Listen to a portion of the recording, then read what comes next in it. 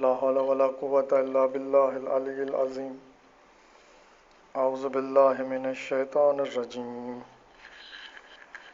بسم الله الرحمن الرحيم الحمد لله رب العالمين والصلاة والسلام على أشرف الأنبياء والمرسلين وعلى آله الطيبين الطاهرين رب اشرح لي صدري ويسر لي أمري واحلل عقدة من لساني يفقهوا قولي اللهم صل على محمد وآل محمد وعجل فرجهم. محترم سامعین، السلام علیکم. واقعہ ثقیفہ کے متعلق ہماری گفتگو چل رہی ہے. گزشتہ تقریر کے آخر میں ہم اس بات پر گفتگو کر رہے تھے کہ خود کارکنان ثقیفہ اور وہ افراد کے جو واقعہ ثقیفہ کے اہم کرداروں میں سے تھے، وہ اس واقعہ ثقیفہ کو کیسا سمجھتے تھے اور ان کی نظر میں یہ کارروائی کیسی تھی، اس کے بارے میں ہم نے ایک عبارت بھی آپ کی خدمت میں پیش کی کہ جس میں ہم نے حضرت عمر کے خیالات کو معلوم کیا کہ وہ اس واقعہ ثقیفہ کو کیسا سمجھتے تھے. اور اس عبارت کے مطابق یہ عربی لفظ فلتتن تھی، جس کا مطلب ہے ناگہانی اچانک آفت کہ جو بغیر صلاح و مشورے کے وقوع پذیر ہو. اور اس کے مطابق ایسی تمام کارروائی اور ایسی تمام بیعتیں کہ جو بغیر مسلمانوں کے مشورے کے ہوں تو وہ دراصل غلط ہوتی ہیں، صحیح نہیں ہوتی اور باطل ہوتی ہیں. اور آئندہ اگر کوئی اس قسم کی بیعت کرے اور اس قسم سے وہ کوئی خلیفہ منعقد کرے تو وہ دونوں کہ جس کی بیعت کی گئی اور جس نے بیعت کی وہ دونوں قتل کر دیے جائیں. یہ باقاعدہ حضرت عمر کا قول ہے کہ جو ہم گزشتہ تقریر میں دیکھ چکے ہیں. لہذا جیسا کہ ہم نے بتایا کہ اسی واقعہ ثقیفہ کے متعلق اور ایک دو عبارت ہمارے پاس موجود ہے کہ جس میں انہی افراد کے بقول اس واقعہ ثقیفہ کو کیسا سمجھا جاتا ہے. یہ انہوں نے خود نے اپنے زبانی اس کا اعتراف کیا ہے کہ یہ غلط ہے اور یہ طریقہ بالکل غلط تھا کہ جس طریقے سے ثقیفہ میں خلیفہ کو منتخب کیا گیا. اور آئندہ انہوں نے یہ باقاعدہ تنبیہ بھی کی کہ آئندہ جو کوئی اس طریقے سے بیعت کرے اور خلیفہ کا انتخاب کرے تو وہ دونوں کو قتل کر دیا جائے کہ جس کی بیعت کی گئی اور جس نے بیعت کی. لہذا اس سلسلے میں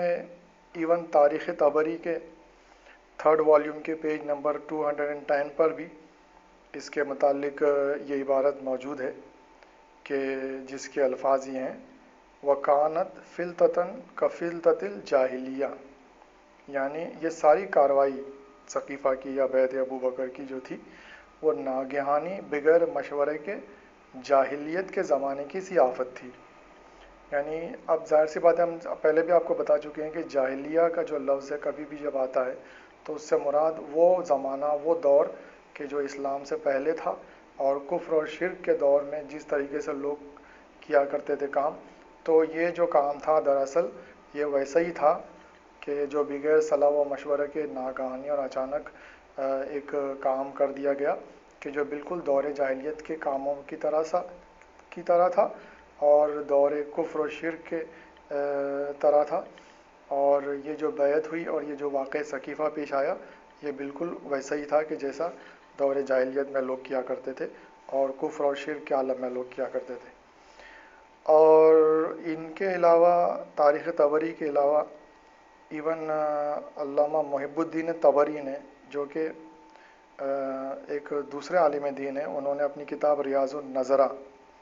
جیسا کہ ہم نے بتایا سامعین کہ طبری جو ہیں تاریخ میں دو گزرے ہیں. ایک ابو جعفر محمد ابن جریر طبری ہیں کہ جنہوں نے تاریخ کی کتاب لکھی اور 3 صدی ہجری میں گزرے ہیں اور تاریخ طبری،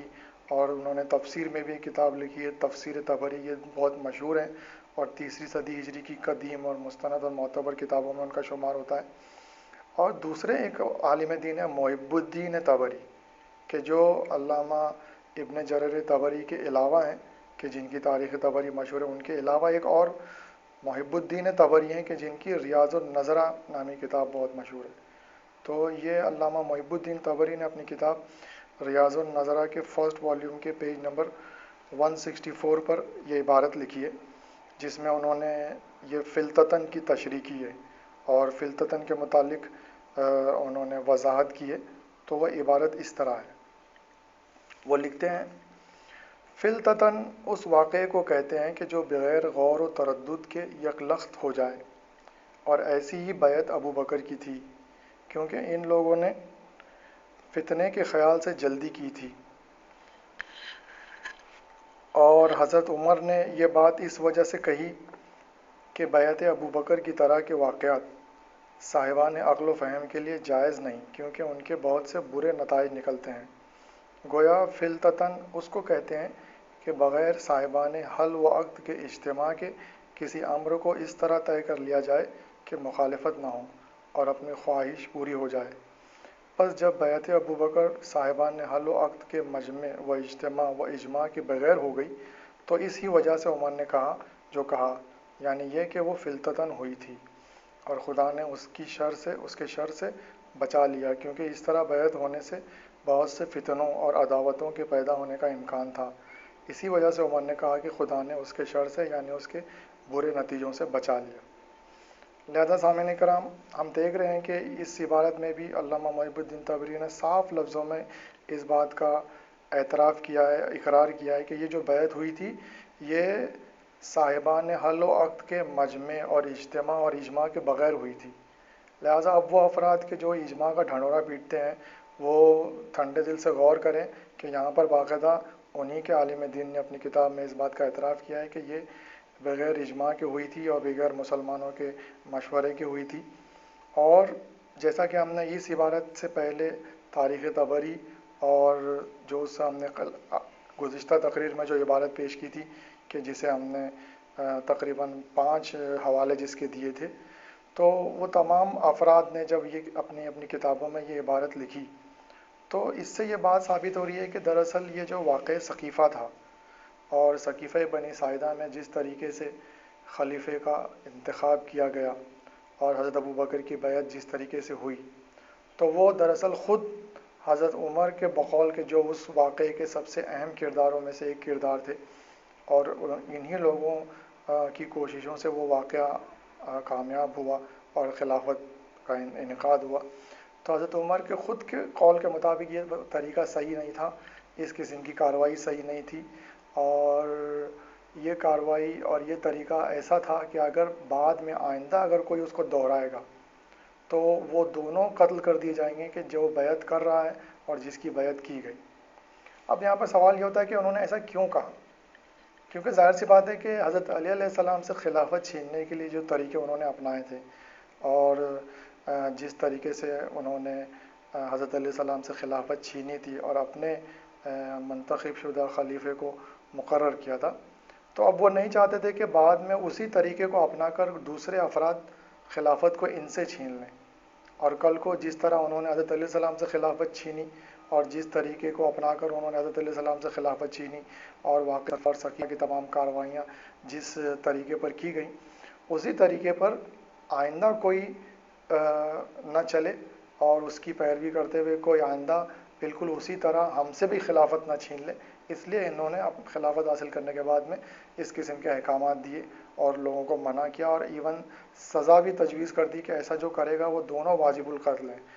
بیعت کرنے والا بھی اور جس کی بیعت کی گئی۔ یعنی اس واقعے میں اور اس قسم اور واقعہ ثقیفہ کی طرح اگر کوئی دہرائے واقعے کو تو وہ اس وقت جتنے بھی افراد ہوں گے سب قتل کر دیے جائیں۔ لہٰذا یہ واقعہ ثقیفہ کہ جس کی بنیاد پر حضرت ابو بکر کی بیعت کی گئی، یہ خود انہی لوگوں کی زبانی کہ جنہوں نے اس واقعے کو انجام دیا اور اس واقعے میں مؤثر کردار ادا کیا، خصوصاً حضرت عمر کی زبانی، یہ واقعہ غلط تھا، یہ طریقہ غلط تھا، اور اس طریقے سے خلیفے کا انتخاب کرنا غلط تھا، اور یہ غلطی ایسی ہے اور یہ سزا، یہ جرم ایسا ہے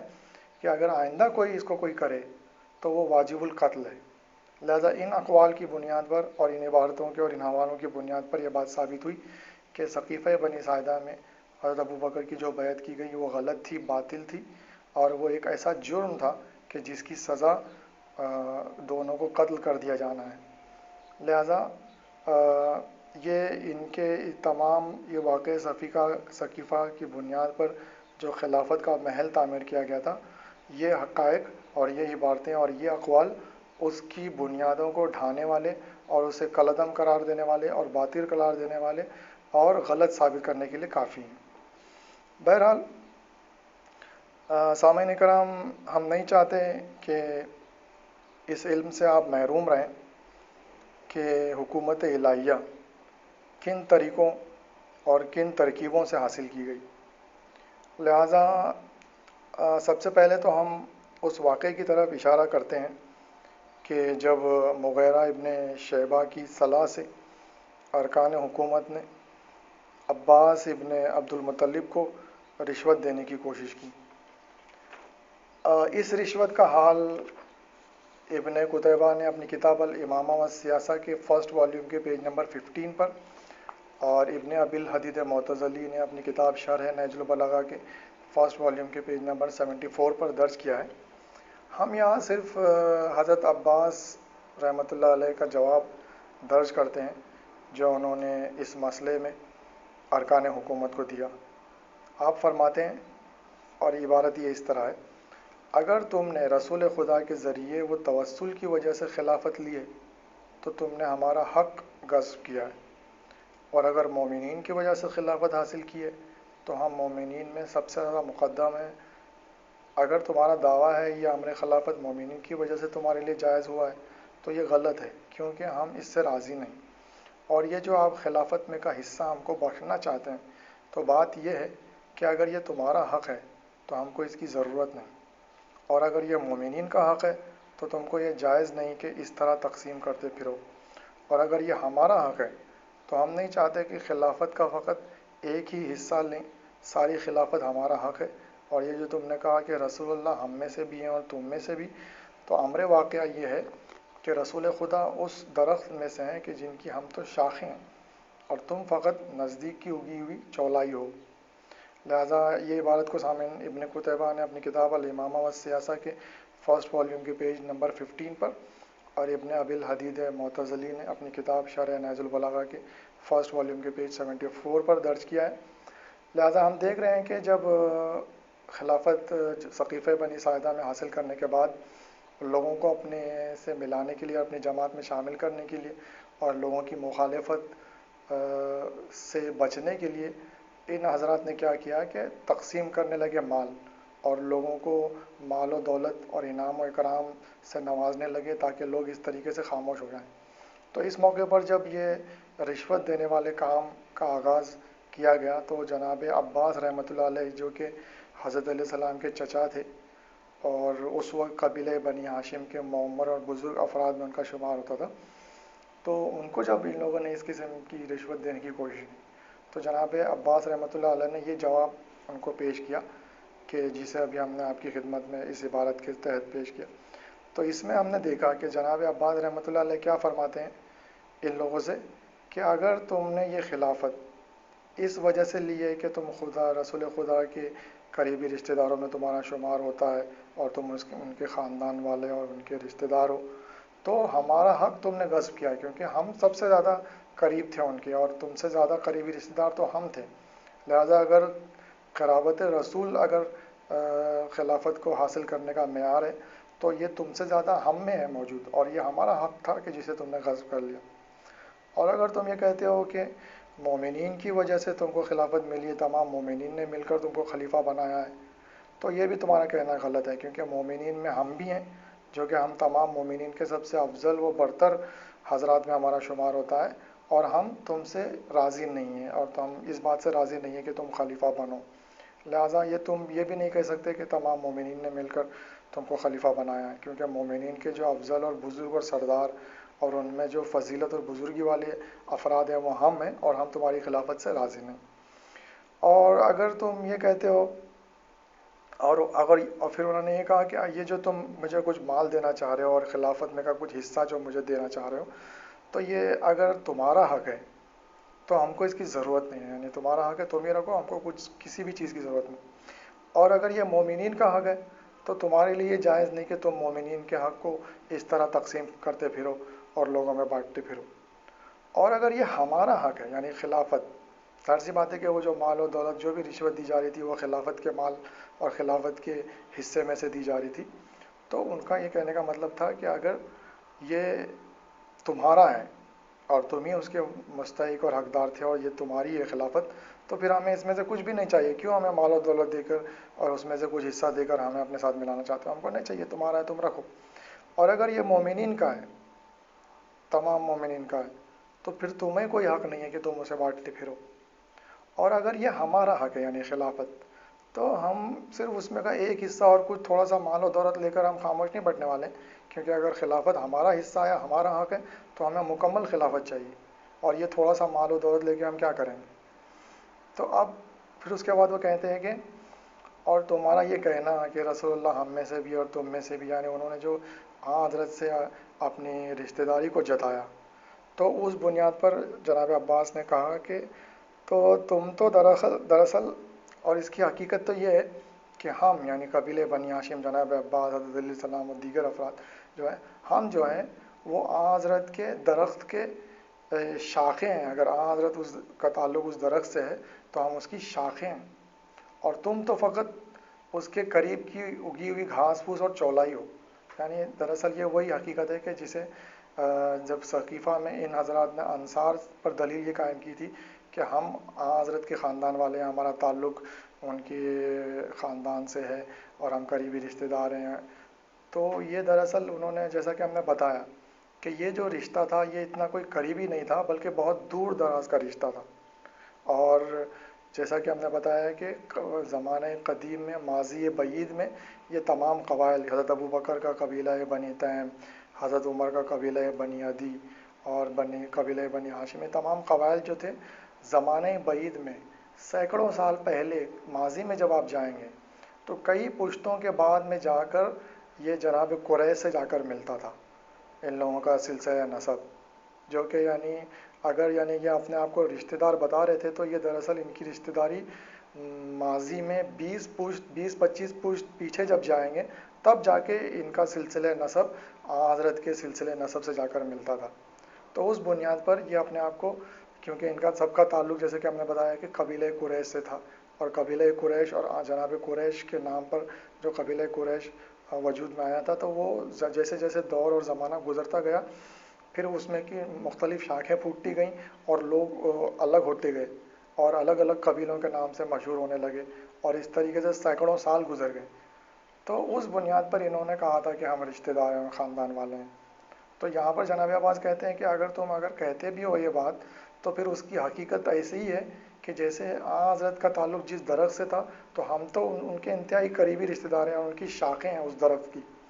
اور تم تو ایون اس درخت سے بھی تمہارا تعلق نہیں ہے بلکہ قریب میں جو گھاس پھوس اگی تھی اور جو چولائی اگی تھی اس کی بنیاد پر تم اپنے آپ کو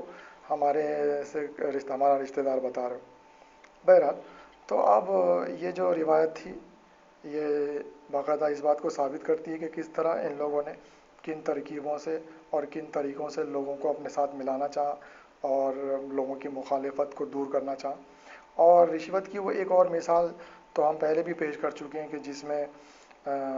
قبیلہ بنی عدی کی ایک ضعیفہ کے پاس حضرت ابوبکر نے مال بھجوایا تھا،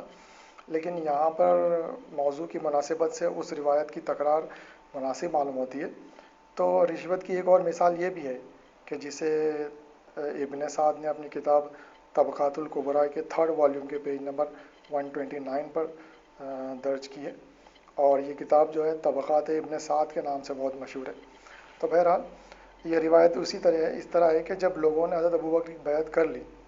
تو ابوبکر نے لوگوں میں مال تقسیم کرنا شروع کیا۔ زید بن ثابت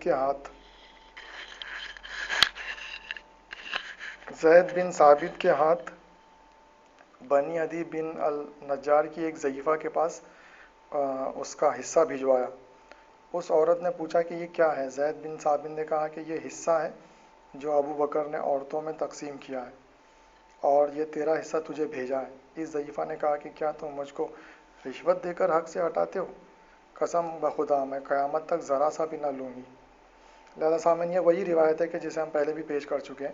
اس میں براہ راست یہ بات ثابت ہو رہی ہے کہ لوگوں کو رشوت دینے کی کوشش کی گئی، مال تقسیم کیا گیا تاکہ وہ ان کی جماعت میں شامل ہو جائیں، ان کی مخالفت نہ کریں۔ اور یہاں پر جس طرح حضرت عباس نے ریجیکٹ کیا تھا، یہاں پر یہ قبیلہ بنی عدی کی ضعیفہ نے بھی اس رشوت کو ریجیکٹ کیا اور اسے قبول کرنے سے انکار کیا۔ اور یہاں پر ضعیفہ کا یہ قول اور یہ جملہ کافی قابل غور ہے کہ اس نے کہا کہ کیا تم مجھ کو رشوت دے کر حق سے ہٹاتے ہو؟ تو ظاہر سی بات ہے کہ یہ ضعیفہ نیک تھی، صالح تھی، اور اس نے اپنے دین کو بیچ کر دنیا خریدنا نہ چاہا، لہذا اس نے اس رشوت سے انکار کر دیا۔ لیکن ایسے کثیر افراد تھے کہ جو اس موقع پر جنہوں نے اپنے دین کو فروخت کر دیا اور تھوڑا سا مال و دولت لے کر اپنے ضمیر اور اپنی زبانوں کو خاموش کر دیا، اور یہ مخالفت بالکل نہ کی، اور جس طریقے سے یہ خلافت منعقد ہوئی تھی اس پر وہ راضی و خوشنود ہو گئے۔ بہرحال سامعین کرام، تو ہم نے دیکھا کہ یہ اس طریقے سے لوگوں کو رشوت دینے کی کوشش کی گئی۔ تو کیا حکومت الہیہ اور خلافت رسول اسی طرح حاصل کی جاتی ہے؟ اور کیا حکومت الہیہ کے صاحبان امر اسی طرح لوگوں کو رشوت دیتے پھرتے ہیں تاکہ لوگ ان کی مخالفت نہ کریں اور ان کی جماعت میں شامل ہو جائیں؟ بہرحال، اب جیسا کہ ہم نے بتایا کہ سقیفہ بنی ساعدہ میں اس دن اس مجلس خلیفہ ساز میں سوائے حضرت ابو بکر و حضرت عمر اور ابو عبیدہ بن الجراح کے اور ان 3 مہاجرین کے علاوہ اور کوئی مہاجر وہاں موجود نہ تھا۔ تو یہ حقیقت جو ہم نے ہمیشہ بیان کیا اور اکثر اس کا ذکر کیا، تو آج ہم اس کا حوالہ دے دیتے ہیں۔ 3-4 حوالے آپ کی خدمت میں پیش کر دیتے ہیں کہ جہاں پر یہ بات لکھی ہوئی ہے اور یہ حقیقت مذکور ہے کہ اس موقع پر سقیفہ بنی ساعدہ میں تمام مہاجرین کی گروہ میں سے صرف یہ 3 ہی مہاجرین وہاں موجود تھے۔ لہذا اس حقیقت کو علامہ محب الدین طبری نے اپنی کتاب ریاض النظرہ کے فرسٹ والیوم کے پیج 165 پر، اور تاریخ طبری کے 3rd والیوم کے پیج 208 پر، اور تاریخ ابن عساکر کے 3rd والیوم کے پیج 263 پر یہ بات حاصل کی جا سکتی ہے کہ اس وقت سقیفہ بنی ساعدہ کے اجلاس میں سوائے ان 3 مہاجرین کے مہاجروں میں سے اور کوئی بھی نہیں تھا۔ بہرحال سامعین کرام، جن طریقوں اور جن حالات کے اندر حضرت ابو بکر کے حق میں بیعت حاصل کی گئی وہ تو ہم نے دیکھ لیے اور معلوم کر لی۔ اب ہم آپ کی توجہ ان واقعات کے ہر ایک پہلو پر مبذول کراتے ہیں، اور اس سے جو نتیجہ نکلتا ہے وہ ہم آپ کے فہم و ذکا اور آپ کی سمجھ و بوجھ پر چھوڑتے ہیں۔ تو سب سے پہلے تو یہ سوال اٹھتا ہے کہ انصار نے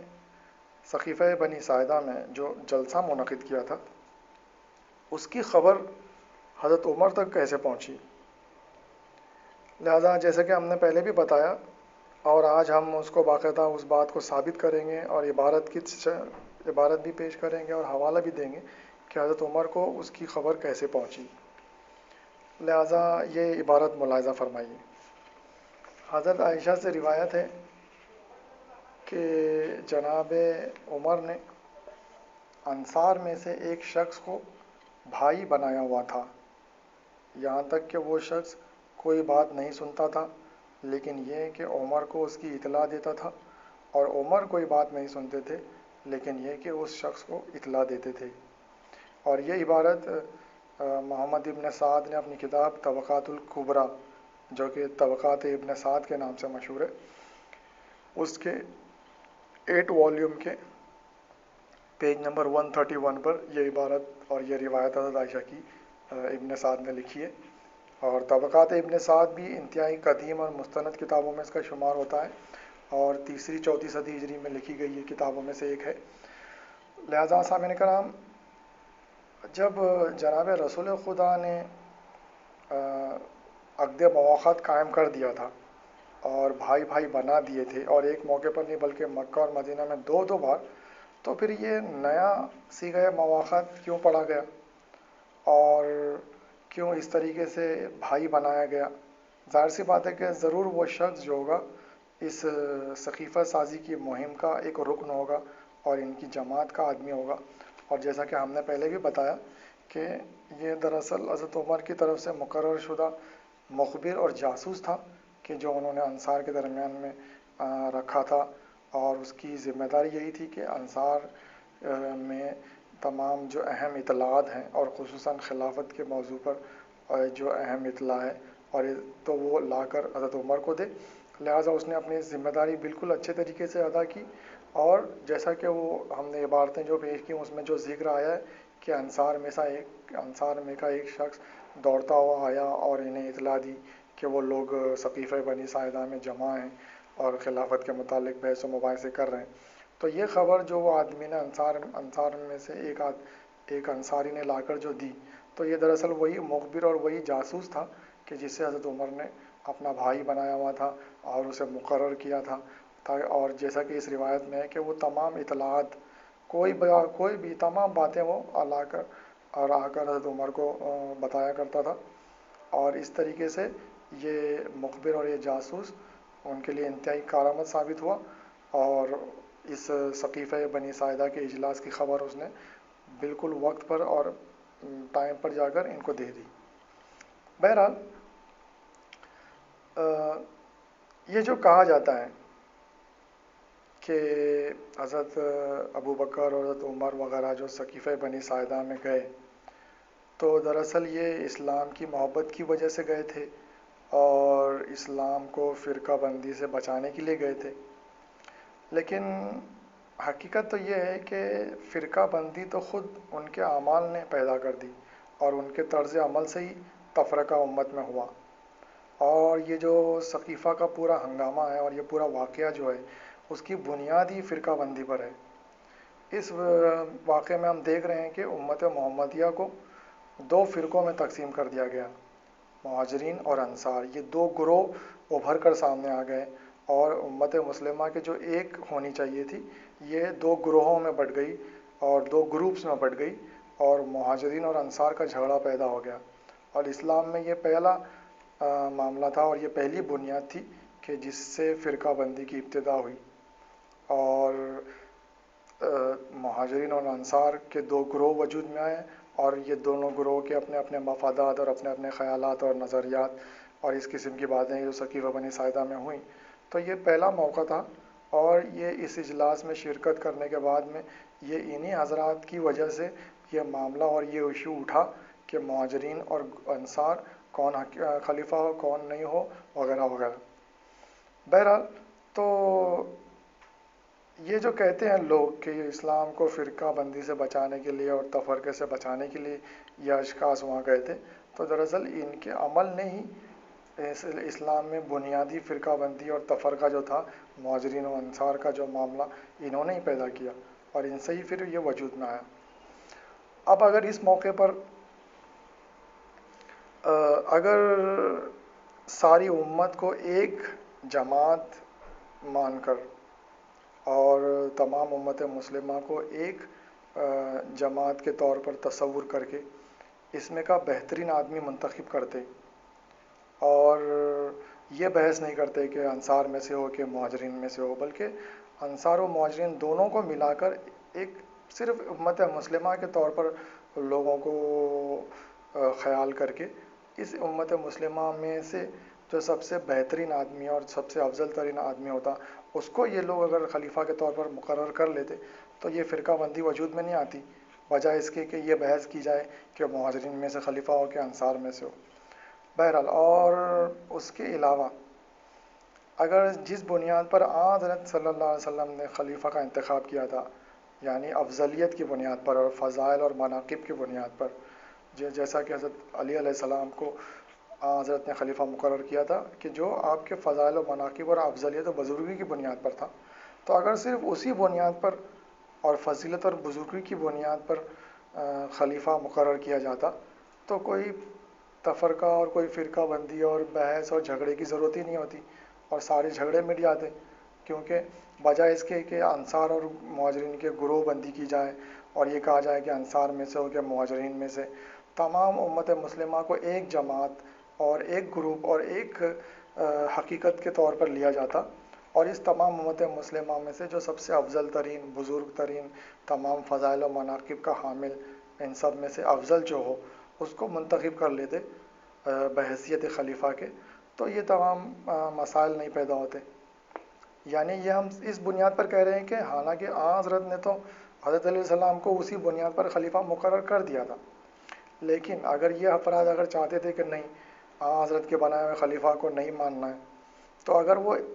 خلیفہ کا انتخاب کرنا بھی چاہتے تھے اور اپنے درمیان میں اپنے لوگوں کی مرضی سے اور اپنے حساب سے خلیفہ اگر بنانا بھی چاہتے تھے، تو وہ اسی بنیاد پر بناتے کہ جس بنیاد پر حضرت صلی اللہ علیہ وسلم نے خلیفہ مقرر کیا تھا، اور اگر وہ افضلیت، فضیلت، بزرگی، فضائل اور مناقب کی بنیاد پر تمام امت مسلمہ کے سب سے بیسٹ اور سب سے افضل ترین اور بہترین انسان کا انتخاب کرتے اور اس کو خلیفہ بنا دیتے، تو تمام تفرقے، جھگڑے، مسائل خود بخود حل ہو جاتے۔ اور ظاہر سی بات ہے کہ ان بنیادوں پر اگر وہ دیکھتے تو سوا حضرت علیہ السلام کے اور کوئی ان کو نظر نہیں آتا، لہذا یہی وجہ ہے کہ انہوں نے ان بنیادوں کا ذکر بھی نہیں کیا اور ان بنیادوں پر اور ان طریقوں پر خلیفہ کا انتخاب بھی نہیں کیا۔ بہرحال اب یہ جو کہ مسئلہ ہے اختلاف کا اور فرقہ بندی کا، تو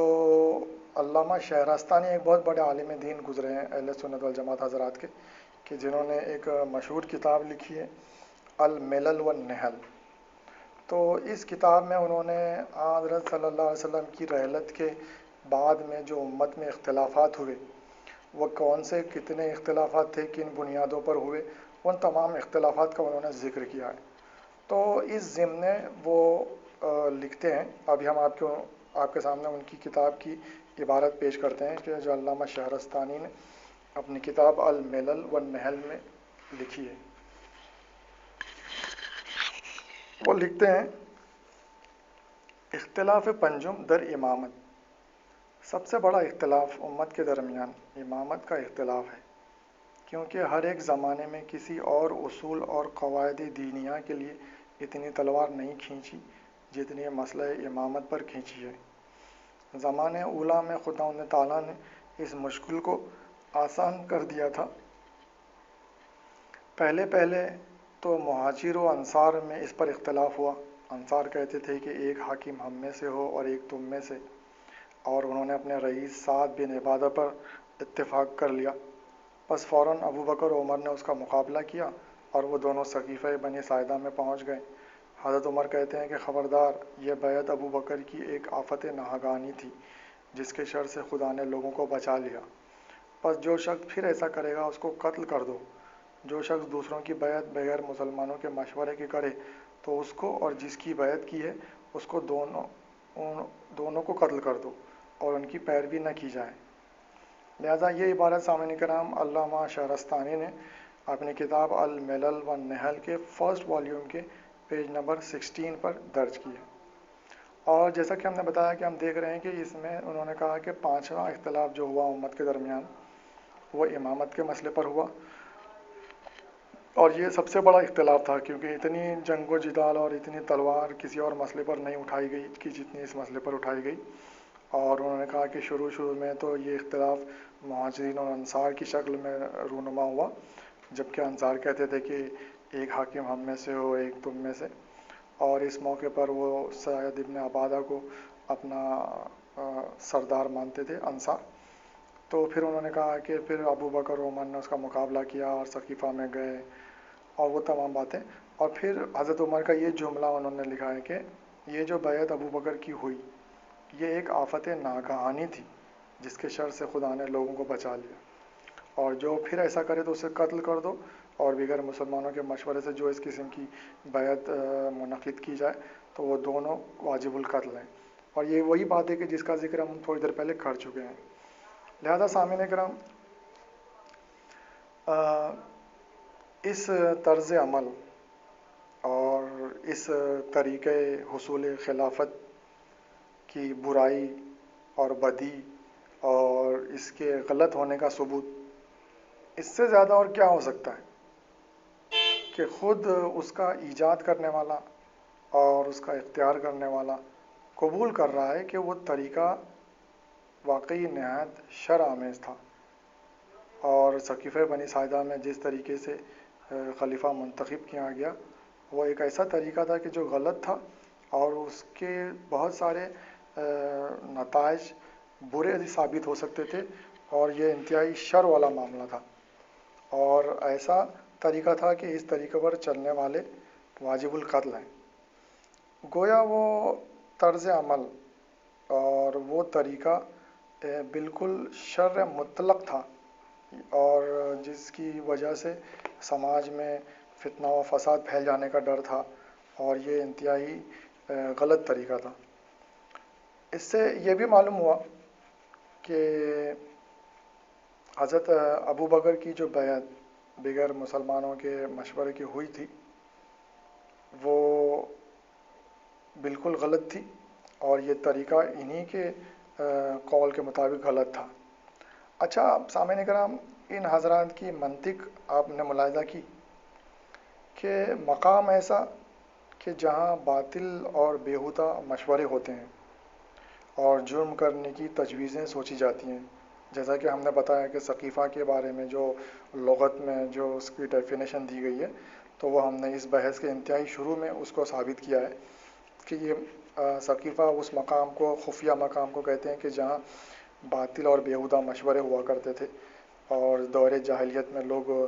وہاں پر جمع ہوا کرتے تھے، اور جرم ایسا کہ جس کی سزا قتل سے کم نہیں، یعنی یہاں پر جو خلیفہ بنایا گیا تو حضرت عمر نے باقاعدہ اس کے بارے میں یہ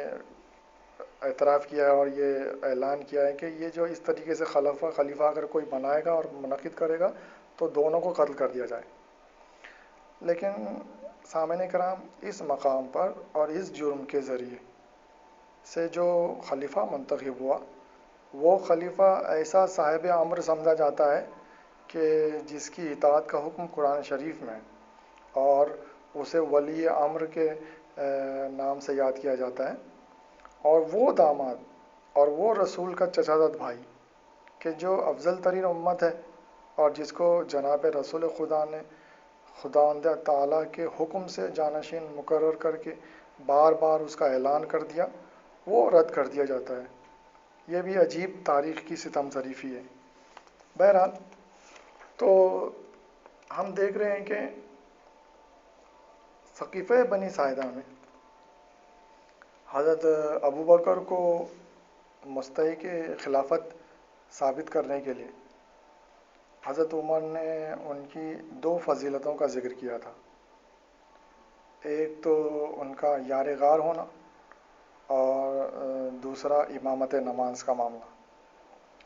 پہلے تو یہ کہ یہ دونوں کوئی فضیلتیں نہ تھیں، جناب رسول خدا صلی اللہ علیہ وسلم نے اپنی مرضی سے حضرت ابو بکر کو ساتھ نہیں لیا تھا، بلکہ ان کو تو اپنے ارادہ ہجرت سے بھی آگاہ نہیں کیا تھا، اور غار کے اندر بھی رو دھو کر حضرت ابو بکر نے بالکل انتہائی درجے کی بے صبری اور بے اطمینانی کا ثبوت دیا، اور اس کا ذکر ہم پہلے بھی شب ہجرت کے موضوع کے تحت کر چکے ہیں، یہاں تک کہ حضرت کو ان کی گریہ وزاری کے روکنے کی ضرورت پڑی تاکہ باہر قریش آواز نہ سن لیں۔ بہرحال تو یہ شب ہجرت کے جو واقعہ ہے اور غار میں ان کا جو ساتھ میں رہنا، اس کے بارے میں ہم تفصیل سے پہلے بھی ذکر کر چکے ہیں۔ تو جیسا کہ ہم نے بتایا کہ یہ کوئی فضیلتیں نہیں تھیں، ان کو زبردستی میں فضیلت کے طور پر پیش کیا گیا ہے۔ تو اس میں سے یہ یار غار والا معاملہ تو یہ ہے کہ جسے ہم پہلے بھی بیان کر چکے ہیں، اور ایون امامت نماز کے بارے میں بھی ہم گفتگو کر چکے ہیں، مگر یہاں پر مختصراً یہ کہ امامت نماز میں کوئی خاص بات تو تھی نہیں، اور جیسا کہ ہم نے پہلے بھی اس کا تفصیل سے گفتگو کی ہے تو ہم نے ثابت کیا ہے کہ اس موقع پر دراصل حضرت چاہتے تھے کہ حضرت علیہ السلام نماز پڑھائیں، لیکن حضرت علیہ السلام کو بلانے کے بجائے جناب عائشہ نے اپنے والد بزرگوار حضرت ابو بکر کو بلایا، جناب حفصہ نے اپنے والد بزرگوار حضرت عمر کو بلایا اور ان سے کہا کہ نماز پڑھنا ہے، اور جب حضرت کو یہ خبر ہوئی تو آپ نے ان دونوں کو منع کیا، اور انتہائی بیماری اور ضعف اور نکاہت کے باوجود آپ حجرے سے نکلے، مسجد میں گئے اور ان لوگوں کو ہٹایا اور نماز پڑھنے نہیں دی۔ یہ تمام باتیں ہم ثابت کر چکے ہیں۔ تو یہ امامت نماز کا جو معاملہ بطور فضیلت جو پیش کیا گیا ہے تو وہ دراصل اس کی کوئی حقیقت نہیں ہے. اور سب سے پہلی بات تو یہ کہ اس میں حضرت نے حکم نہیں دیا تھا، بلکہ یہ حضرت عائشہ کے کہنے سے خود حضرت ابوبکر کھڑے ہو گئے تھے نماز پڑھانے کے لیے، اور آخرکار جیسا کہ ہم نے ثابت بھی کیا ہے کہ انہیں بعد میں ہٹا بھی دیا جاتا ہے. اور دوسری بات یہ کہ مختلف موقعوں پر حضرت جب مدینہ سے باہر جایا کرتے تھے خصوصاً جہاد کے لیے، تو آپ مدینہ پر لوگوں کسی کو حاکم مقرر کر کے جاتے تھے اور وہی لوگوں کو نماز پڑھاتا تھا. تو نماز پڑھانے کی وجہ سے ان افراد کی کہ جن کے نام تاریخ میں موجود ہیں اور مختلف موقعوں پر مختلف افراد منعقد کیے گئے، تو ان کی کسی بھی خلافت کی طرف اشارہ اور استحقاق نہیں ملتا اور ثابت نہیں ہوتی ان کی خلافت. تو صرف حضرت ابوبکر کی امامت نماز سے کس طرح ان کی خلافت کی طرف اشارہ ملتا ہے. اور جبکہ اس کے علاوہ اور بھی یہ ہے کہ اہل سنت والجماعت حضرات کے یہاں تو جو امامت نماز ہے اور نماز جماعت کا امام ہونا، یہ کوئی ایسی کوئی فضیلت کی بات تو یہاں ہے نہیں. اور ان کے یہاں تو نماز ہر کوئی پڑھا سکتا ہے، اس کے لیے صاحب فضیلت ہونا ضروری نہیں ہے، جیسا کہ ان کے یہاں مسئلہ ہے کہ کوئی کیسا بھی ہو اس کے پیچھے نماز پڑھ سکتے ہیں. اور امامت جماعت کرنے کے لیے اس شخص کو کوئی فضیلت اور کوئی بزرگی کا حامل ہونے کی ضرورت نہیں ہے، کہ جس طرح ہمارے یہاں امام جماعت کے جو شرائط ہیں وہ اس قسم کی خاص اور سخت شرطیں اہل سنت والجماعت حضرات کے یہاں نہیں ہے، بلکہ وہاں تو ان کے یہاں تو یہ مشہور مسئلہ ہے کہ نماز کس کے بھی پیچھے پڑھ لو، کوئی کیسا بھی کچھ بھی ہو. تو یعنی نماز کی امامت کرنا اور نماز جماعت کا امام ہونا یہ کوئی فضیلت اور بزرگی والی بات نہیں ہے ان کی فقہ کے اس مسئلے کی بنیاد پر بھی. لہٰذا حضرت ابوبکر کی امامت نماز کوئی ایسی فضیلت اور بزرگی والی بات نہیں ہے کہ جس سے ان کی خلافت کا استحقاق ثابت ہوتا ہو. اور پھر ایک بات اور بھی ہے کہ یہ جو امامت نماز کو باقاعدہ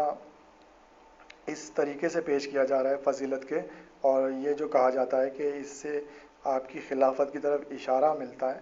تو یعنی یہ بات ثابت کرنے کی کوشش کی جا رہی ہے کہ حضرت نے اس طریقے سے امامت نماز کروا کے آپ کی خلافت کی طرف اشارہ کیا ہے. حالانکہ یہ بالکل مخالف ہے اور متضاد ہے اس کے کہ جو عقیدہ لوگوں میں پھیلایا جاتا ہے کہ حضرت نے کوئی خلیفہ مقرر نہیں کیا اور اپنے بعد کسی کو خلیفہ نہیں بنایا. تو اب یہ دونوں بالکل متضاد باتیں ہیں، کیونکہ اگر آپ نے خلیفہ نہیں بنایا تو خلیفہ کی طرف اشارہ کرنے کی ضرورت کیا تھی، اور اگر آپ اشارہ کر رہے تھے تو آپ نے علل اعلان خلیفہ کا اعلان کیوں نہیں کر دیا خلیفہ کے نام کا. اور اگر ایسا ہی ہے تو پھر یعنی یہ دونوں باتیں، یعنی یہ بات کہ حضرت نے کسی کو خلیفہ نہیں بنایا اور یہ بات کہ امامت نماز سے حضرت ابوبکر کی خلافت کی طرف اشارہ ملتا ہے، یہ دونوں متضاد باتیں ہیں. کیونکہ اگر اشارہ ملتا ہے تو آپ نے جب اشارہ کر دیا تو آپ نے اعلان بظاہر سب کے سامنے وہ اعلان کیوں نہیں کیا، اور اگر جب آپ نے اعلان نہیں کیا تو پھر اس طریقے سے آپ نے اشارہ کیوں کیا. تو بہرحال یہ تمام ایسے بنیادیں ہیں کہ جن سے حق کسی بھی طریقے سے ثابت نہیں ہوتا. اور جیسا کہ ہم نے بتایا کہ اس موقع پر جو دو فضیلتوں کا ذکر کیا گیا تو وہ دراصل کوئی فضیلتیں نہیں تھیں، اور اس میں تو خصوصاً یار غار ہونا اور امامت نماز، یہ جو چیزیں ہیں یہ ہم تفصیل سے پہلے بھی اس کے بارے میں گفتگو کر چکے ہیں. اچھا، اس موقع پر ہم دیکھتے ہیں کہ حضرت عمر کے افعال اور کردار اور اقوال میں کتنا تضاد ہے. یعنی اس واقعہ ثقیفہ میں ہم دیکھیں گے اور ہم دیکھ رہے ہیں کہ حضرت عمر نے مختلف موقعوں پر مختلف بات کی ہے. سب سے پہلے تو ہم دیکھتے ہیں کہ انصار سے تو یہ کہہ کر حکومت لی کہ عرب اس بات کو نہیں پسند کریں گے کہ حکومت خاندان نبوت کے باہر ہو. یعنی گویا عرب کی خواہش یہ ہے کہ خاندان نبوت ہی میں حکومت رہے، اور جب حکومت مل گئی تو اب عرب کی خواہشات کی ترجمانی کا رخ بدلتا ہے. آپ حضرت عبداللہ ابن عباس سے فرماتے ہیں کہ بنی ہاشم کو حکومت اس وجہ سے نہیں ملی کہ عرب نہیں چاہتے تھے کہ نبوت و حکومت ایک خاندان ہو. یعنی سامعین کرام، آپ تضاد ملاحظہ کر رہے ہیں، یہ مخالف باتیں ملاحظہ کر رہے ہیں، اور یہ دو مختلف موقعوں پر دو مختلف بات کرنا حضرت عمر کا یہ آپ دیکھ رہے ہیں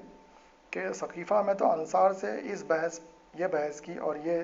دلیل اور یہ استدلال پیش کیا کہ حضرت کا جو جس خاندان سے تعلق تھا تو اس خاندان کے اور ان کے قریبی اور رشتہ داروں کے علاوہ ان کی خلافت اور نیابت کسی اور کو ملے یہ صحیح نہیں ہوگی اور یہ غلط ہوگی، اور یعنی حکومت اور خلافت جو ہے وہ خاندان نبوت میں ہی رہنی چاہیے۔ اس بنیاد پر انہوں نے انصار سے حجت تمام کی تھی، اور انصار سے حکومت اسی بنیاد پر لی تھی کہ حضرت کا تعلق جس خاندان سے اور اسی خاندان میں ان کی خلافت اور نیابت بھی رہنی چاہیے، اور یہ حکومت بھی اسی خاندان میں جانی چاہیے، اور ہم اس خاندان سے ہمارا تعلق ہے، لہذا ہم اس کے زیادہ مستحق اور حقدار۔ اور جب حکومت مل گئی اور جب سب با اقتدار حاصل ہو گیا اور کسی مخالفت کا ڈر نہیں ہے، تو جب یہ حکومت اور یہ خلافت جب حضرت علیہ السلام سے چھین لی گئی، تو اب حضرت علیہ السلام کے رشتہ دار اور چچا زاد بھائی جناب عبداللہ ابن عباس کو اپنی دور خلافت میں ایکسکیوز کے طور پہ اور عذر و معذرت کے طور پر بہانہ یہ بنایا جاتا ہے کہ حضرت علیہ السلام کو خلافت اس لیے نہیں دی گئی کیونکہ لوگ نہیں چاہتے تھے کہ ایک ہی خاندان میں نبوت اور خلافت دونوں جمع ہو جائیں، یعنی حضرت علیہ السلام کا تعلق بھی حضرت کے خاندان سے تھا، لہٰذا لوگ نہیں چاہتے تھے کہ انہی کے خاندان میں حکومت اور خلافت جائے۔ دیکھیے یہ دو مختلف موقعوں پر دو مختلف باتیں کرنا جو کہ بالکل ایک دوسرے کے مخالف ہیں اور متضاد ہیں، اور یہ تضاد یہیں ختم نہیں ہوتا۔ بعد میں جب حضرت عمر نے شورا کی ترتیب دی تو اس میں حضرت علیہ السلام کو بھی شامل کر دیا، جو کہ بالکل ان کے اقوال کے بالکل مخالف چیز ہے، کیونکہ اب وہ کیا کہتے آئے ہیں کہ ایک خاندان میں نبوت اور خلافت جمع نہیں ہو سکتی، اور بعد میں تیسرے خلیفہ کے موقع پر منعقد ہونے کے موقع پر انہوں نے جو شورا کی کمیٹی تشکیل کی تھی اور ایک 6 افراد کی کمیٹی بنائی تھی اور لوگوں کو یہ احکامات دیے تھے کہ ان 6 میں سے کسی ایک کو خلیفہ مقرر کر لو اور چن لو، اور وہ تمام چیزیں جو انشاءاللہ شورا کے موضوع کے تحت تفصیل سے آئندہ گفتگو کی جائے گی، لیکن یہاں مختصراً یہ ہے کہ جب آپ نے اپنے بعد میں تیسری خلافت کے لیے شورا کی کمیٹی بنائی اور اس میں 6 افراد کو منتخب کیا کہ ان 6 افراد میں سے کسی ایک کو امت خلیفہ مقرر کر لے، تو ان 6 افراد میں حضرت علیہ السلام کو بھی شامل کیا، یعنی ان کا یہ شامل کرنا ایک بات ثابت کر رہا ہے کہ حضرت علیہ السلام خلافت کے مستحق اور حقدار ہیں اور خلافت ان کو مل سکتی ہے، اور ان 6 افراد میں حضرت علیہ السلام ہیں، اس کا مطلب ہے کہ اگر امت ان کو منتخب کر لے تو وہ تیسرے خلیفہ کے طور پر منتخب ہو جائیں گے اور خلیفہ بن جائیں گے۔ تو اس سے یہ بات ثابت ہو رہا ہے کہ انہوں نے جب حضرت علیہ السلام کو شورا کی کمیٹی میں ڈالا اور 6 افراد میں ان کو بھی شامل کیا، تو یہ اس بات کا ثبوت ہے کہ وہ حضرت علیہ السلام خلافت کے حقدار اور مستحق تھے اور خلافت ان کو مل سکتی تھی، جبکہ اس سے پہلے وہ کیا مشہور کرتے آئے ہیں کہ ایک ہی خاندان میں نبوت اور خلافت جمع نہیں ہو سکتی، اور حضرت علیہ السلام کو مختلف ریزنز کی بنیاد پر انہوں نے جو ریجیکٹ کیا تھا خلافت سے، تو اس میں یہ ایک اہم بنیاد یہ تھی کہ وہ خلافت کے مستحق نہیں ہیں کیونکہ ایک ہی خاندان میں نبوت اور خلافت جمع نہیں ہو سکتی۔ تو اب یہ پھر واپس تضاد ہے، یعنی اب وہ اپنے دور خلافت میں جب عبداللہ ابن عباس سے کہہ رہے ہیں کہ ہم نے اور لوگوں نے اس لیے حضرت علیہ السلام کو خلیفہ نہیں بنایا کیونکہ وہ نہیں چاہتے تھے کہ ایک ہی خاندان میں نبوت و خلافت جائے، لیکن اپنے بعد تیسرے خلیفہ کے طور پر جن 6 افراد کے نام انہوں نے شورا میں ڈالے اور شورا کی کمیٹی مقرر کی، تو اس میں حضرت علیہ السلام کو بھی شامل کیا، جو کہ اس بات کو ثابت کرتا ہے کہ حضرت علیہ السلام کو خلافت مل سکتی ہے، آپ خلافت کے مستحق اور حقدار ہیں، اور کل کو اگر امت مسلمہ ان کو چن لے تو آپ تیسرے خلیفہ کے طور پر منعقد ہو سکتے ہیں۔ تو جو ان کی دونوں باتوں میں پھر تضاد ثابت ہو رہا ہے، پھر یہ مخالف ہو رہی ہے ایک دوسرے کی، لہذا یہی وجہ ہے کہ جب حضرت عمر نے شورا کی کمیٹی بنائی اور یہ تمام 6 افراد نامزد کیے اور اس کے بارے میں احکامات اور ارشادات دیے اور اصول و قواعد بتائے کہ کس طریقے سے یہ خلیفہ منتخب کیا جائے، تو وہ تمام چیزیں انشاءاللہ شورا کے موضوع کے تحت آئندہ تقریروں میں تفصیل سے اس کے بارے میں گفتگو ہوگی، لیکن یہاں پر ایک مختصر سی بات کہ جو ضروری ہے وہ یہ ہے کہ جب یہ تمام چیزوں کا علم حضرت علیہ السلام کو ہوا تو حضرت علیہ السلام نے کہا کہ، اور آپ سمجھ گئے کہ حضرت عمر کیا چاہتے ہیں، جیسا کہ ہم نے گزشتہ تقریروں میں بھی اس بات کو ثابت کیا ہے کہ حضرت عمر تو چاہتے تھے حضرت عثمان کو خلیفہ بنانا، اور باقاعدہ اس کا وہ اعلان بھی کر چکے تھے، اور اسی حساب سے انہوں نے پلاننگ کی تھی اور منصوبہ بندی کی تھی اور تمام چیزوں کو مقرر کیا تھا، متعین کیا تھا، اور تمام احکامات و ارشادات بیان فرمائے تھے، تو وہ چیز حضرت علیہ السلام سمجھ گئے تھے، لہٰذا آپ نے پہلے سے کہہ دیا تھا کہ یہ جو ہے اس کا انجام سوائے عثمان کی خلافت کے اور کچھ نہیں ہے۔ یعنی آپ پہلے ہی سمجھ گئے تھے کہ اب یہ جو شورا میں جو معاملہ ہے، شورا کا معاملہ، اس میں حضرت عثمان ہی خلیفہ بنائے جائیں گے۔ تو لوگوں نے پھر حضرت علیہ السلام سے کہا کہ پھر یا علی، آپ شورا میں شرکت کیوں کر رہے ہیں اور آپ کیوں جا رہے ہیں ان لوگوں کے درمیان میں، جب آپ کو معلوم ہے کہ حضرت عثمان ہی خلیفہ بنائے جائیں گے؟ تو آپ نے کہا تھا کہ میں، تاکہ، اور جس کا مفہوم یہ ہے کہ آپ نے جو بھی کہا اس کا مفہوم یہ ہے کہ آپ نے کہا کہ میں یہ چاہتا ہوں تاکہ عمر کی تضاد کو لوگوں پر ثابت کروں۔ یعنی اس کا مطلب یہ ہے کہ مختلف موقع پر حضرت عمر نے حضرت علیہ السلام کو خلافت کا مستحق اور حقدار نہیں ہے ایسا ثابت کرنے کے لیے مختلف موقع پر مختلف ریزنز دی۔ کبھی آپ کی کم سنی اور ناتجربہ کاری کا ریزن، کبھی آپ کا اسی خاندان نبوت سے تعلق رکھنے کا ریزن کہ جس میں لوگ نہیں چاہتے ہیں کہ خلافت جائے، اور کبھی آپ کا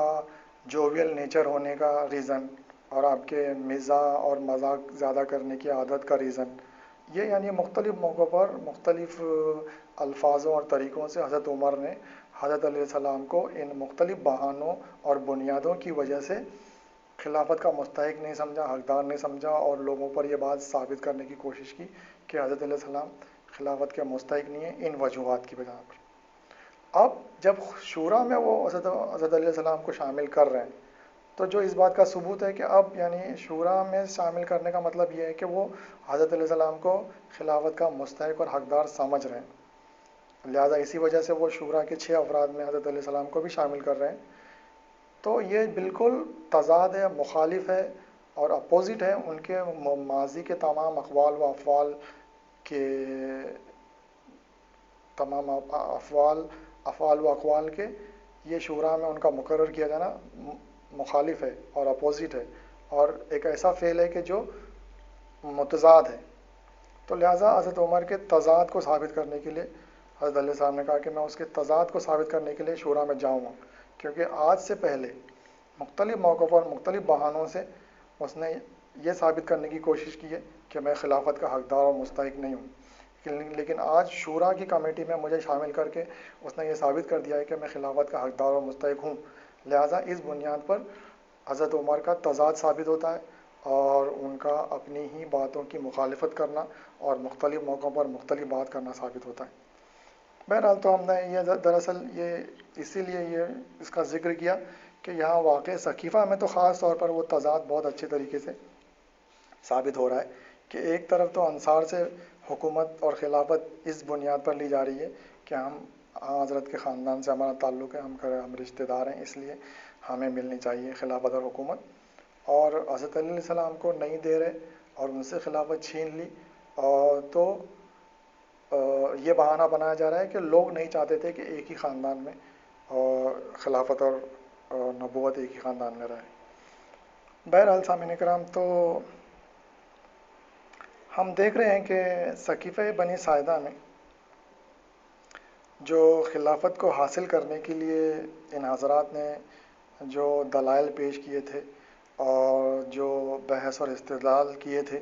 تو ان کو اگر خلاصے کے طور پر لیا جائے تو وہ صرف 3 باتیں تھیں کہ جن کی بنیاد پر انہوں نے انصار کے مجمع میں گفتگو کی اور بحث و مباحثے کی، اور تین دلیلیں تھیں کہ جو انہوں نے پیش کی۔ پہلی دلیل یہ تھی کہ خلافت اور حکومت جو ہے وہ دراصل حضرت صلی اللہ علیہ وسلم کی میراث ہے، لہٰذا ان کے وارثوں کو ملنی چاہیے، یہ ان کی پہلی دلیل تھی۔ اور دوسری دلیل یہ تھی کہ جو خلافت اور حکومت کا استحقاق ہے، دراصل وہ حضرت صلی اللہ علیہ وسلم کی رشتہ داری اور آپ کا قریبی رشتہ دار ہونا اور ایک ہی خاندان سے ہونا، یہ ایک ایسی بات ہے کہ جو خلافت اور حکومت کے استحقاق کو ثابت کرتی ہے، اور وہی خلافت و حکومت کا مستحق ہے کہ جس کا تعلق خاندان رسول سے ہو اور جو آپ کا رشتہ دار ہو، اور یہ ایک ایسی حقیقت ہے کہ اس کا انکار کرنے والا ظالم ہے۔ یہ دوسری دلیل تھی ان کی۔ اور تیسری دلیل تھی کہ بھائی جو خلیفہ ہونا چاہیے اس میں کچھ فضائل ہونے چاہیے، کچھ اس میں ایسی بزرگیاں ہونی چاہیے، کچھ اس کے فضائل ذاتی ایسے ہونے چاہیے کہ جس کی بنیاد پر وہ خلیفہ مقرر کیا جائے۔ چنانچہ اس ضمن میں انہوں نے چونکہ حضرت ابوبکر کا نام پیش کیا تھا، تو ان کی یار غار ہونا اور امامت نماز، یہ 2 فضیلتوں کا انہوں نے تذکرہ کیا، جو کہ صحیح نہیں تھی، لیکن اس سے یہ بات ثابت ہو رہی ہے کہ انہوں نے فضائل کو بھی اور فضائل و مناقب کو بھی اور بزرگی کو بھی ایک معیار قرار دیا تھا کہ بھائی خلیفہ وہی ہو سکتا ہے کہ جس میں کچھ فضائل ہوں، کچھ مناقب ہوں، اس میں کچھ بزرگی ہو اور اس میں کچھ اچھی باتیں ہوں. تو جیسے جب انہوں نے حضرت ابوبکر کا نام پیش کیا تو ان کے بارے میں یارغار ہونا اور امامت نماز کی یہ دو فضیلتوں کا تذکرہ کیا. یعنی تیسری دلیل اور تیسری بنیاد تھی کہ فضائل ذاتی بھی اس شخص میں ہونے چاہیے کہ جو خلیفہ بنے. لہذا اس میں سے یہ جو دراصل پہلی اور دوسری دلیل ہے یہ دونوں ایک دوسرے سے ملتی جلتی ہے، کیونکہ پہلی کا تعلق وراثت سے ہے اور دوسری کا تعلق قرابت سے ہے. یعنی حضرت صلی اللہ علیہ وسلم کا جو سب سے جو قریبی رشتہ دار ہوگا، جو آپ کے خاندان والا ہوگا، وہی خلیفہ بن سکتا ہے. اور خلافت دراصل یہ ہے ایک میراث ہے کہ اور یہ میراث اور یہ جو وراثت جو ہے وہ حضرت کی اسی کو ملنی چاہیے کہ جو آپ کا رشتہ دار ہے اور آپ کے خاندان سے جس کا تعلق ہے. تو لہٰذا وراثت اور قرابت یہ دو ایسی بنیادیں تھیں کہ جن کی بنیاد پر انہوں نے انصار سے بحث کی اور ان پر حجت قائم کی اور اپنی خلافت اور حکومت کو حاصل کرنے کے لیے بحث و مباحثے کی. تو سامعین کرام، ان میں سے پہلی دلیل تو ایسی قطعی اور فیصلہ کن تھی کہ انصار سے کچھ جواب نہ بن پڑا اور بشیر ابن سعد نے اس پر ہی زور دے کر انصار کو حضرت ابو بکر کی بیعت کی ترغیب دلائی. اور دوسری دلیل ایسی تھی اور کہ اس کا بھی کوئی جواب ان کے پاس نہیں تھا. مگر آپ خدا کے لیے سامعین آپ بتائیں، انصاف بھی کوئی چیز ہے اور خدا کو بھی منہ دکھانا ہے، صرف حق بات کہنا کہ یہ وراثت اور یہ حضرت صلی اللہ علیہ وسلم کا ورثہ جو ہے وہ حضرت علی کو پہنچتا ہے یا حضرت ابو بکر کو. اور جناب رسول خدا صلی اللہ علیہ وسلم سے قریب تر کون تھا اور قریبی رشتہ دار کون تھا، حضرت علیہ السلام تھے یا حضرت ابو بکر؟ کیونکہ جیسا کہ ہم نے پہلے بھی بتایا کہ حضرت علی علیہ السلام جو تھے وہ حضرت کے چچا زاد بھائی تھے، سگے چچا زاد بھائی تھے. اور صرف یعنی حضرت علیہ السلام کے دادا اور حضرت صلی اللہ علیہ وسلم کے دادا ایک ہی تھے اور دونوں کے دادا جناب عبد المطلب تھے. اور جناب عبد المطلب کے 10 بیٹوں میں سے ایک بیٹا حضرت عبداللہ تھے کہ جو حضرت کے والد تھے، اور دوسرا بیٹا جناب ابو طالب تھے کہ جو حضرت علیہ السلام کے والد تھے. اور یہ دونوں سگے بھائی تھے، ایک ہی ماں سے ان کا تعلق تھا. تو یعنی یہ سگے چچا زاد بھائی اور صرف ایک پشت پہلے جا کر دونوں کا سلسلہ نسب ایک ساتھ مل جاتا ہے جناب عبد المطلب پر. یہ تو جناب حضرت علیہ السلام کی بات. اور حضرت ابو بکر جن کا سلسلہ نسب ماضی میں تقریباً 20 پشت بعد میں، ماضی بعید میں انتہائی دور کے رشتہ دار، یعنی سینکڑوں سال پہلے اور ان سے پہلے ان کے آبا و اجداد جو 20 پشت پہلے جو گزرے، تو کہیں 20-25 پشت پیچھے جب جائیں گے تب جا کے حضرت ابو بکر کا سلسلہ نسب جو ہے وہ حضرت کے سلسلہ نسب سے جا کر ملے گا. تو بتائیے کون ان میں سے قریب ترین رشتہ دار؟ اور ظاہر سی بات ہے کہ جو زیادہ وراثت جو ہے وہ اسی کو زیادہ ملتی ہے اور وارث وہی زیادہ ہوتا ہے کہ جو زیادہ قریبی رشتہ دار ہو. لہٰذا وراثت کے جب مسائل میں آپ دیکھ لیں کہ جو جتنا زیادہ قریبی رشتہ دار ہوگا وراثت میں اس کا حصہ زیادہ ہوگا، اور جو جتنا دور کا رشتہ دار ہوگا اتنا اس کا وراثت میں حصہ کم ہوگا. تو وراثت اور قرابت دونوں کی بنیاد پر حضرت علیہ السلام حضرت ابو بکر سے زیادہ مستحق اور حقدار تھے خلافت کے. اور یہاں پر ایک بات اور بھی، بعد میں تو حضرت فاطمہ کو فدق دینے سے انکار کرنے کے ٹائم پر بار بار وراثت کی یہ حدیث لائی گئی کہ ہم جو ہیں معاشرہ انبیاء جو ہیں وہ کوئی وراثت نہیں چھوڑتے اور ہمارا کوئی وارث نہیں ہوتا. لیکن یہاں پر اور حکومت اور خلافت حاصل کرنے کے ٹائم پہ وراثت کا بڑا ڈھنڈورا پیٹا گیا اور اپنے آپ کو قریبی رشتہ دار ثابت کر کے حضرت کا وارث ہونا اور ان کی میراث پانا، اس قسم کی باتیں بہت کی گئیں. بہرحال سامعین کرام، اب جیسا کہ ہم نے بتایا کہ ان 3 دلیلوں میں سے یہ جو پہلی اور دوسری جو دلیل تھی اس کا ذکر ہم نے کر دیا. تیسری دلیل جو فضائل ذاتی ہے انشاءاللہ اس کا ذکر آئندہ تقریر میں کیا جائے گا اور سلسلہ بیان کو آگے بڑھایا جائے گا. آج کی تقریر یہیں ختم کی جاتی ہے. انشاءاللہ آئندہ تقریر میں پھر اس واقعہ ثقیفہ کے متعلق جو باتیں رہ گئی ہیں ان کا ذکر کیا جائے گا. وما علینا الا البلاغ المبین والحمد للہ رب العالمین. السلام علیکم ورحمۃ اللہ وبرکاتہ.